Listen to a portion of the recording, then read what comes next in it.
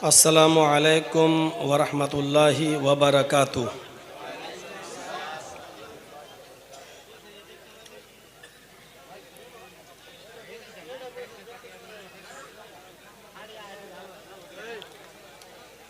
अल्हम्दुलिल्लाह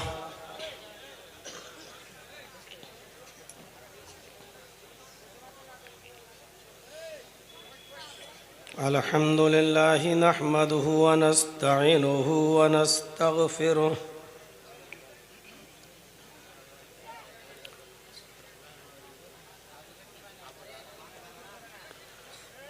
व नऊज़ु बिल्लाहि मिन शुरूरि अनफुसिना व मिन सय्यिआति अअमालिना।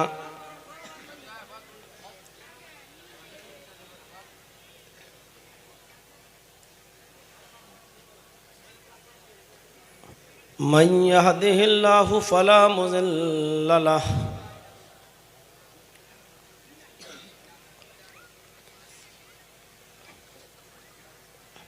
व मन युज़लिल्हु फला हादिय लह।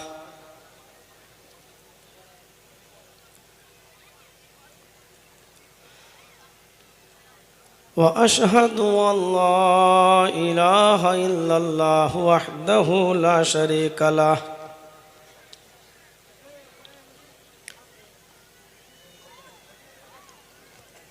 व अशहदु अन्न मुहम्मदन अब्दुहु व रसूलुह।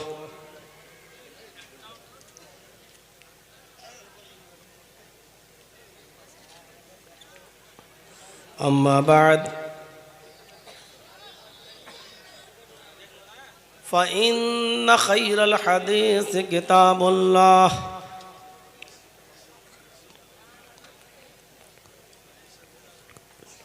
व खैरल हदी हदी मुहम्मदिन सल्लल्लाहु अलैहि वसल्लम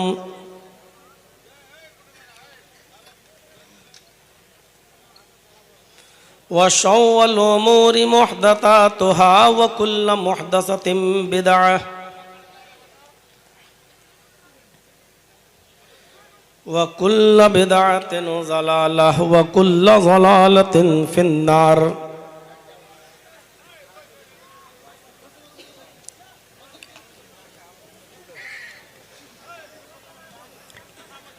अऊज़ु बिल्लाहि मिनश शैतानिर रजीम।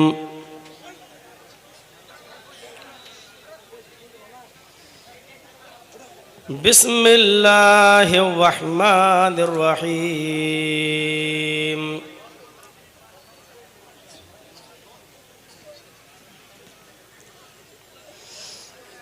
वला तहिनु वला तहज़नु व अंतुमुल अअलौना इन कुंतुम मुअमिनीन।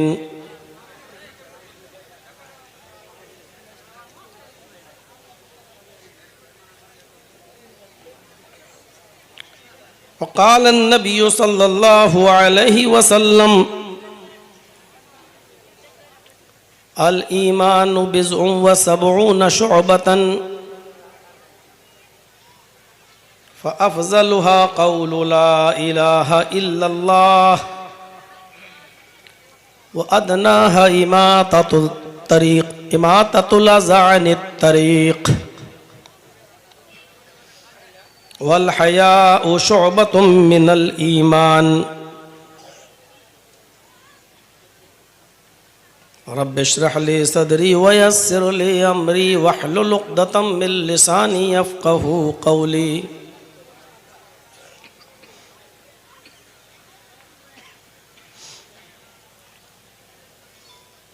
अज़ीमुश्शान इजलास के सदर मोहतरम फ़ज़ीलतुश शेख अब्दुल जलील अल मदनी हफ़िज़हुल्लाह, स्टेज पर बैठे हुए दीगर मुअक्कर उलमाए किराम, बिलखुसूस बार बार हमसे रब्ता करने वाले और मोबाइल के ज़रिए इस प्रोग्राम की तारीख़ का तयन करने वाले हमारे मोहतरम दोस्त जनाब रज़ीउल करीम साहब, जिन्होंने कई महीने पहले से राब्ता किया और उस वक्त तक राब्ता करते रहे जब तक कि डेट फिक्स नहीं हो गई। अल्लाह ताला उनको जज़ाए खैर अता फ़रमाए। इनसे पहले इस इलाक़े का प्रोग्राम इनके वालिद मोहतरम लिया करते थे, हाजी सुल्तान साहब, जो मुझे भी अपना एक बेटे की तरह माना करते थे और अपनी शफ़क़त, प्यार और मोहब्बत का इजहार किया करते थे। आज वो हमारे दरमियान नहीं हैं। अल्लाह रब्बुल आलमीन उनको गरीक़ रहमत फ़रमाए, उनकी कब्र को नूर से भर दे, आला इल्लीन के अंदर जगह अता फ़रमाए। पहले वो हमसे टाइम लिया करते थे और अब उनके बेटे राब्ता करते हैं। काफ़ी अरसे के बाद आपके रूबरू हाज़िर हुआ हूँ और रात के तकरीबन 12 बजे मेरा टाइम बताया गया था और 12 बजे तक आप लोग दिल जमाई के साथ दूसरे उलमा को सुनते रहे। मुख्तलिफ़ अनावीन पर मुख्तलिफ़ ख़िताब आपने उनके मुख्तलिफ़ उसलूब व लहजे में समाअत फ़रमाया और अब भी इतनी बड़ी तादाद में कि जहाँ तक हमारी नज़र जा रही है एक जम्मे गफ़ीर हमारे सामने बैठा हुआ है।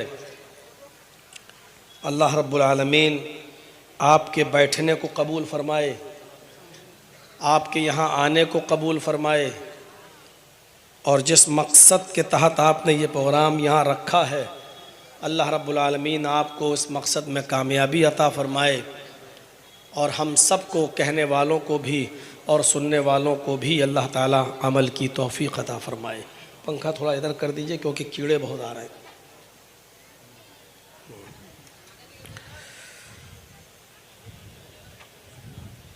ईमान बड़ी नेमत है।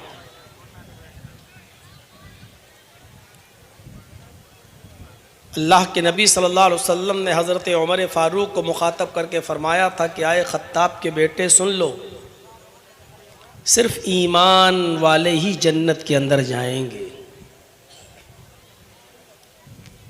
हमको ईमान समझना चाहिए कि ईमान कहते किसे हैं। बहुत मामूली सा ये जुमला है ईमान, लेकिन ईमान की असल क्या है, उसकी हकीकत क्या है और कहते किसे है। ईमान की लज्जत, ईमान की चाशनी जिस शख्स को मिल जाए तो कभी वो ईमान को छोड़ता नहीं। हम लोग बस एक मुहावरा बोलते हैं, तू बड़ा बेईमान है, यानी तेरे अंदर ईमान नहीं है। हमने बस बेईमान उसको समझ रखा है जिसके अंदर घोटाला करना, माल दिया हो उसको हड़प कर लेना, नाजायज तरीके से खा जाना, इसी को हम ये समझते हैं कि ये बड़ा बेईमान शख्स है, देखो उसने फला आदमी की बेईमानी कर ली है। ईमान का एक हिस्से से ये शख्स महरूम है, ये तो कहा जा सकता है, लेकिन इसी को पूरा ईमान और ऐसा न करने को पूरी तरीके से बेईमानी कह दिया जाए, ये चीज गलत है। अल्लाह रब्बुल आलमीन ने कुरान में फरमाया कि मुसलमानों तुम गम न करो, तुम मायूस मत हो, तुम परेशान मत हो, तुम उदास मत हो, तुम ही गालिब रहोगे, तुम ही सर बुलंद रहोगे।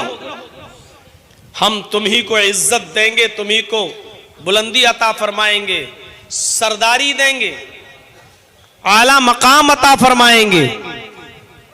लेकिन मेरी एक शर्त है, इन कुंतुम मुमिनीन, अगर तुम मोमिन हो तो, अगर ईमान है आपके अंदर तो।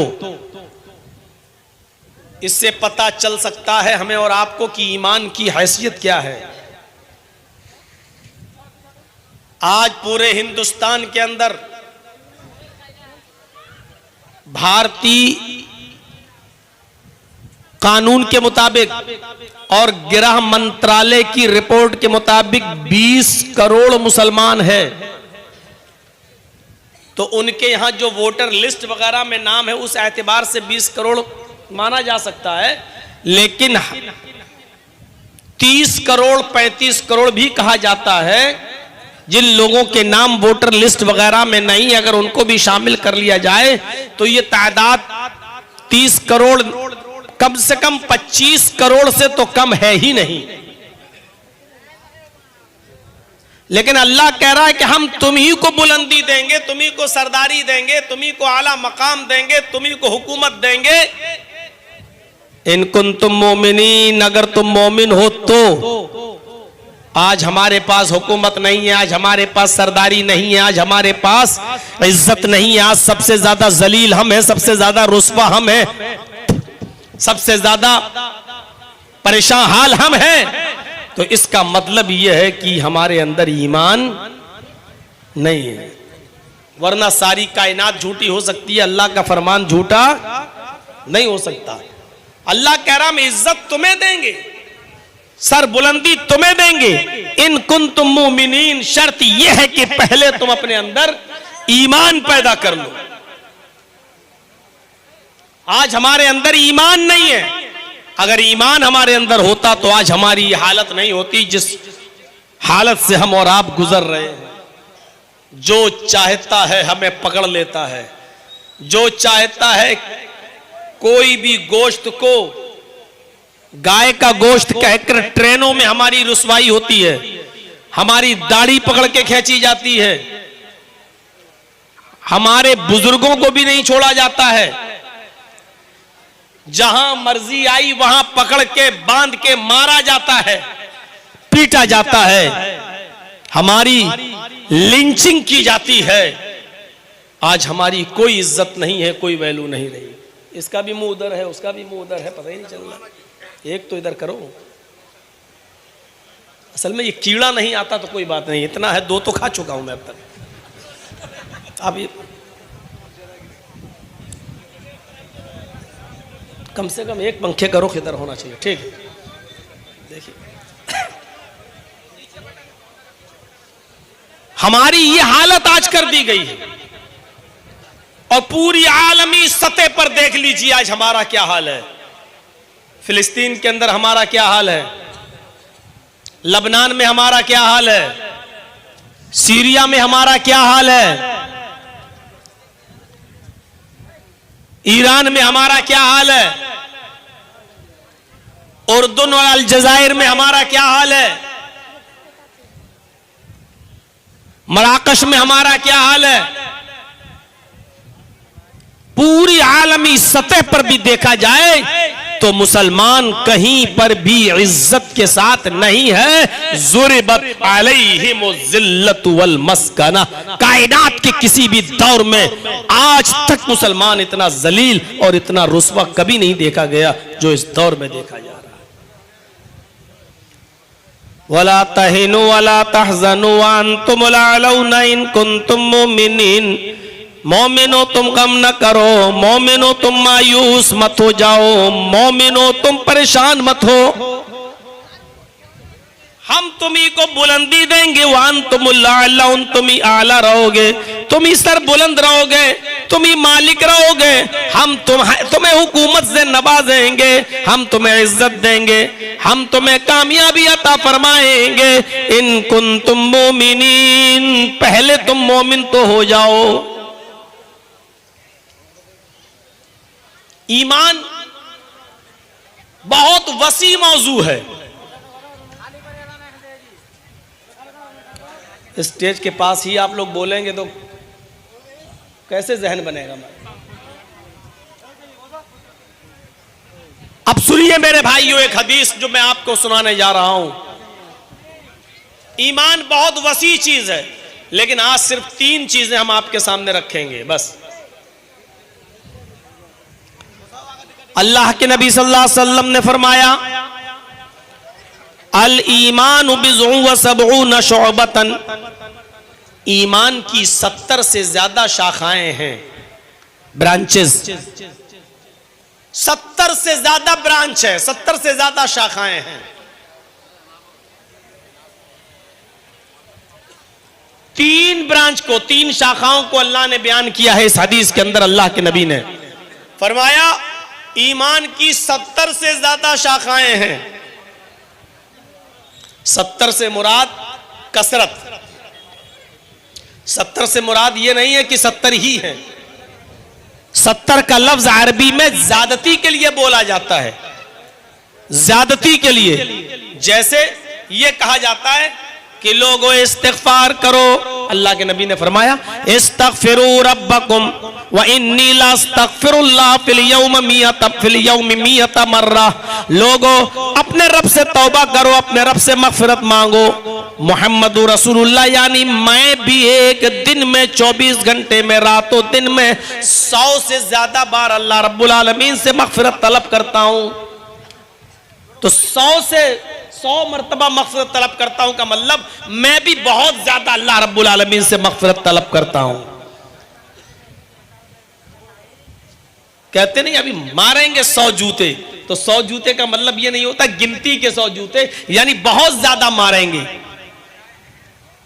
अरे मैंने 50 बार तुमसे यह कहा, तो 50 बार कहने का मतलब यह नहीं कि 50 बार का मतलब यह कि बहुत ज्यादा बार मैंने ये बात कही है। मैं तुम्हें 50 बार समझा चुका हूं ये काम मत करना, तो इसका यह मतलब नहीं है कि 50 बार हमने काउंट करके और गिनती करके हमने आपको समझाया। नहीं, 50 मरतबा समझाने का मतलब यह कि बहुत ज्यादा बार मैं तुमको समझा कर थक चुका हूं, लेकिन तुम नहीं मानते। यही मतलब है। ईमान की 70 से ज्यादा शाखाएं हैं, मतलब यह कि ईमान की बहुत सी ब्रांचेज हैं, ईमान की बहुत सी शाखाएं हैं। सबसे अफजल बता दी, सबसे निचली बता दी, सबसे बेहतर क्या है वो बता दिया, और सबसे नीची कौन सी ब्रांच है ईमान की वो बता दी, और अलग से इन दोनों के बीच में एक ब्रांच है उसको जिक्र कर दिया। गौर कीजिए, अल्लाह के नबी फरमाते हैं ईमान की 70 से ज्यादा शाखाएं हैं। फअफ़ज़लुहा क़ौलु ला इलाहा इल्लल्लाह, सबसे अफजल शाख, सबसे अफजल ब्रांच ईमान की क्या है? ला इलाहा इल्लल्लाह कहना। क़ौलु ला इलाहा इल्लल्लाह, अपनी जबान से ला इलाहा इल्लल्लाह का इकरार करना, ला इलाहा इल्लल्लाह बोलना, यह सबसे अफजल शाख है। आप समझ रहे होंगे मौलाना साहब ये ला इलाहा इल्लल्लाह में कौन सी ऐसी चीज है, अभी सुनते जाइए आप। सबसे अफजल शाख क्या है? ला इलाहा इल्लल्लाह। वो अदनाहा, और सबसे निचली ब्रांच, सबसे घटिया, सबसे नीचे दर्जे का ईमान की शाख, सबसे कमतर दर्जे की ईमान की शाख इमाततुल अज़ानित तरीक। रास्ते में अगर कोई नुकसान देने वाली, तकलीफ देने वाली चीज पड़ी हुई है तो उस चीज को रास्ते से हटा देना, यह भी ईमान का एक हिस्सा है। रास्ते में केले का छिलका पड़ा है, हटा दो। रास्ते में कांटा पड़ा है, हटा दो। रास्ते में पत्थर पड़ा है, हटा दो। रास्ते में कोई गलाजत और गंदगी पड़ी हुई है, हटा दो। कोई बूढ़ा आदमी केले के छिलके पर पैर रखकर फिसल सकता है, कोई बच्चा पत्थर से ठोकर खा के गिर सकता है, किसी का भी पैर गंदगी पर पड़कर फिसलकर गंदगी उसके कपड़ों को लग सकती है। रास्ते में जो भी तकलीफ देने वाली चीज हो, चाहे उस रास्ते से हिंदू गुजरे, मुस्लिम गुजरे, ईसाई गुजरे, यहूदी गुजरे, कम्युनिस्ट गुजरे, बुद्धिस्ट गुजरे, सिख गुजरे, कोई भी गुजरे, अगर वो रास्ते से गुजर रहा है और राहगीरों के गुजरने की वो जगह है और वहां पर तकलीफ देने वाली कोई चीज पड़ी हुई है तो उस चीज को रास्ते से हटा देना भी ईमान का हिस्सा है। अफजल बता दिया, सबसे कमतर बता दिया। अब एक और बीच में बता दिया। लास्ट में अल्लाह के नबी सल्लल्लाहु अलैहि वसल्लम ने फरमाया वल हयाउ शुअबतुम मिनल ईमान, हया शर्म ये भी ईमान की एक शाख है। आइए जरा जायजा लेंगे हम ला इलाहा इल्लल्लाह का माना और मतलब क्या है। हमने इसको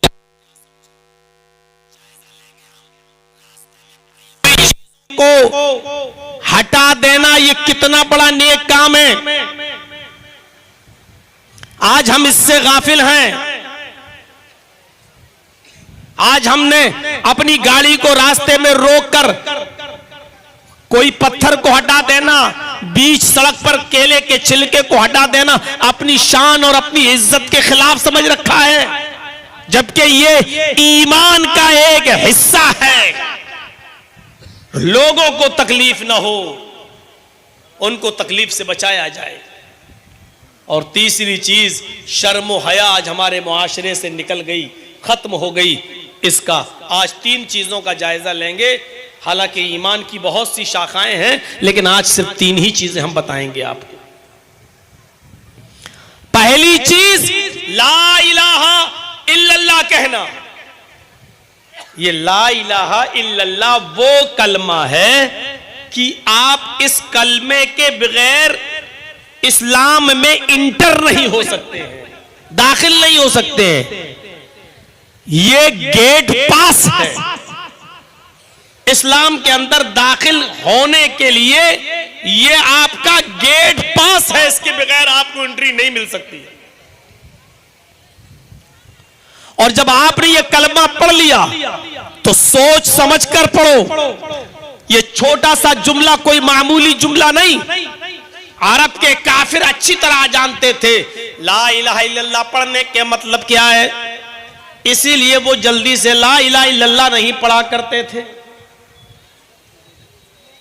वो जानते थे कि ला इलाहा इल्लल्लाह पढ़ने का माना यह है कि हमें अपने माबूदों को छोड़ना पड़ेगा, हम जिनके सामने सजदा करते हैं उन बुतों को तोड़ना पड़ेगा, हम जिन पर भरोसा करते हैं उसको छोड़ना पड़ेगा, हम जिस पर तवक्कुल करते हैं उसको तर्क करना पड़ेगा। वो जानते हैं कि हम जिससे अपना मकसद हासिल करते हैं उसको छोड़ना पड़ेगा। वो जानते हैं कि हम जिसको अपनी मदद के लिए मौजूद और हाजिर और नाजिर समझते हैं उसको हमें तर्क करना पड़ेगा। वो जानते थे ला इलाहा इल्लल्लाह कहने के बाद हमें कितनी चीजों को तर्क करना पड़ेगा, इसलिए अरब के काफिर जल्दी ला इलाहा इल्लल्लाह नहीं पढ़ा करते थे। आज हम पढ़ते हैं लेकिन दाखिल हो गए। लेकिन मोमिन सिर्फ वही नहीं होता है जो मस्जिद में रहे तो मोमिन सिर्फ वही नहीं है। अजान की आवाज सुनी हय्या अलस सलाह हय्या अलल फलाह, मस्जिद में आ गया, वुजू बनाया और नमाज पढ़ने लगा।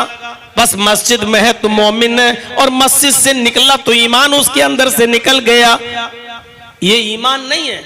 मोमिन तो वो होता है जो मस्जिद में जाए तब भी मोमिन रहे, मस्जिद से निकले तब भी मोमिन रहे, वो अपने घर में हो तब भी मोमिन रहे, घर से बाहर जाए तब भी मोमिन रहे, सफर में हो तब भी ईमान उसके चेहरे से छलके, वो दुकान पर बैठा हो तब भी वो मोमिन रहे, लेन देन करे तो इस्लाम की तालीम के मुताबिक करे, खरीदो फरोख्त करे तब भी वो मोमिन रहे, शादी ब्याह करे तब भी वो मोमिन रहे, मियाँ बीवी के हुकूक को अदा करते वक्त भी वो मोमिन रहे, अपने बच्चों के साथ अदलो इंसाफ करते वक्त भी वो मोमिन रहे।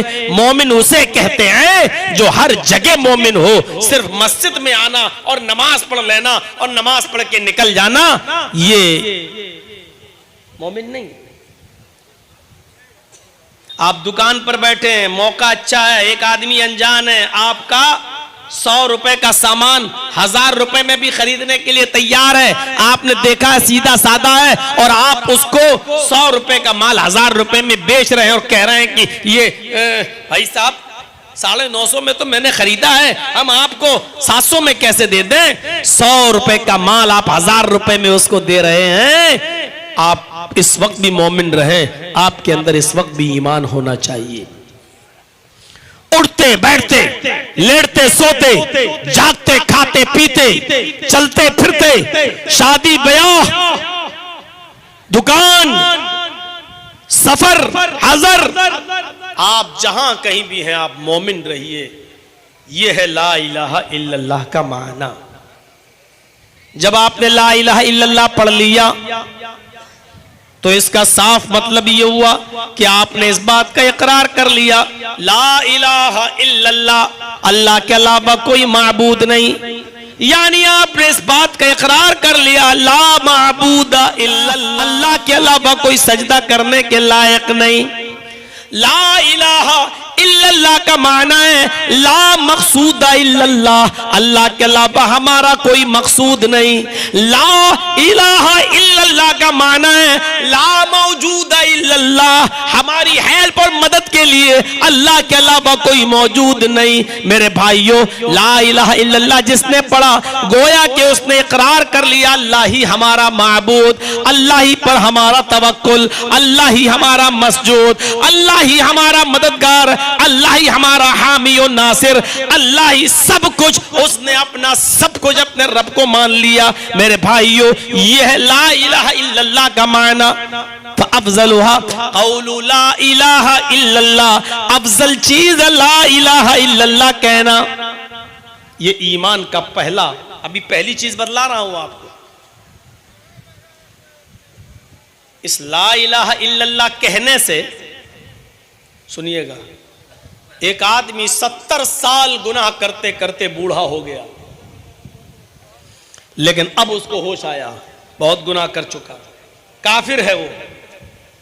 आया, साहब मैं काफिर हूं, 70 साल की जिंदगी कुफ्र में गुजर गई, अब एहसास है, लंग्स खराब हो चुके, टीबी की बीमारी हो चुकी, मरने वाला है, लेकिन मरने से पहले उसने ला इलाहा इल्लल्लाह पढ़ लिया, और ला इलाहा इल्लल्लाह पढ़ते ही उसका इंतकाल हो गया, वो मर गया। इस कलमे की बरकत से वो जन्नत के अंदर जाएगा। अब ला इलाहा इल्लल्लाह का पावर समझा? ला इलाहा इल्लल्लाह 80 साल के बूढ़े ने आज पढ़ा, और पढ़ते ही एक वक्त की नमाज भी नहीं पढ़ सका और उसका इंतकाल हो गया, एक भी रोजा नहीं रख सका, मर गया। इस ला इलाहा इल्लल्लाह की वजह से वो जन्नत में जाए। अल्लाह के नबी सल्लल्लाहु अलैहि वसल्लम एक छोटे से 12 साल के बच्चे की अयादत के लिए घर से निकले। पता चला यहूदी का एक बच्चा बीमार है जो मेरी खिदमत करता था। आप उस यहूदी के घर गए, दस्तक दी, उसके बाप ने दरवाजा खोला, अल्लाह के नबी से कहा अंदर आइए। अल्लाह के रसूल उस छोटे से बच्चे के पास बैठ गए। वो अल्लाह के नबी को देखने लगा और उसकी आखिरी सांसें निकल रही थी, ऐसे कर रहा था वो, आखिरी सांसें, और अल्लाह के नबी को देख रहा था। अल्लाह के रसूल ने उस बच्चे से कहा, यहूदी बच्चे से, कुल ला इलाहा इल्लल्लाह, आए यहूदी बच्चे ला इलाहा इल्लल्लाह कह दो। जानते हैं कि 12 साल की उम्र उसकी कैसी गुजरी है, लेकिन आप उसके पास बैठकर कह रहे हैं कुल ला इलाहा इल्लल्लाह। आए यहूदी बच्चे ला इलाहा इल्लल्लाह कह दो। उस बच्चे ने अपने बाप को देखा, यानी उसका दिल तो था ला इलाहा इल्लल्लाह कहने के लिए, लेकिन उसने अपने बाप की तरफ देखा। उसके बाप ने भी समझ लिया मेरा बेटा चाहता था और मेरा बेटा जिंदगी में मोहम्मद रसूलुल्लाह की बड़ी तारीफ करता रहा, नबी की खिदमत करता था और आकर मुझे नबी के बारे में बताता था। मेरे बेटे का दिल पहले ही से मोहम्मद रसूलुल्लाह की तरफ लगा हुआ था। बाप ने अपने बेटे के इस्तिफामिया नजरों को देखा, सवालिया निगाहों को देखा, तो बाप ने अपने बेटे से कहा, बेटे अबुल कासिम की बात मान लो, बेटे तुम मोहम्मद की बात मान लो, तुम भी तो यही चाहते थे, ला इलाहा इल्लल्लाह पढ़ना चाहते थे, ठीक है, मोहम्मद कह रहे हैं तो तुम पढ़ लो सल्लल्लाहु अलैहि वसल्लम। जैसी बाप की इजाजत मिली, बेटे ने मोहम्मदुर रसूलुल्लाह को देखा, उस यहूदी बच्चे ने, और अपनी जबान से ये कलमा पढ़ लिया, ला इलाहा अशहदु अल्ला इलाहा इल्लल्लाह व अशहदु अन्ना मुहम्मदन अब्दुहु व रसूलुहु। ये कलमा पढ़ा और पढ़ते ही उस बच्चे का इंतकाल हो गया। 12 साल का वो यहूदी बच्चा उसी वक्त मर गया। अल्लाह के नबी सल्लल्लाहु अलैहि वसल्लम ने उसकी नाक की तरफ हाथ लगा के देखा, सीने पर हाथ रख कर देखा, उसकी सांसें रुक चुकी हैं, वो इंतकाल कर चुका है। अल्लाह के नबी खड़े हुए आसमान की तरफ नजर डाली और फरमाया, अल्हम्दुलिल्लाहिल्लज़ी अल्हम्दुलिल्लाहिल्लज़ी अनक़ज़हु मिनन नार। तमाम तारीफें उस अल्लाह के लिए हैं जिसने इस बच्चे को जहन्नम की आग से बचा लिया, जिसने इस बच्चे को जहन्नम की आग से नजात अता फरमाई। ये ला इलाहा इल्लल्लाह। और कीजिए, 12 साल तक काफिर रहा, इधर इस्लाम लाया और जैसी कलमा पढ़ा इंतकाल हो गया। गज़वा खैबर हुई, एक मौका आया, अल्लाह के रसूल ने खैबर का मुहासरा कर लिया, घेर लिया खैबर के किले को चारों तरफ से। खैबर का एक चरवाहा बकरियां चराने के लिए जंगल में गया हुआ था जिसका नाम अस्वद था। जब शाम को लौट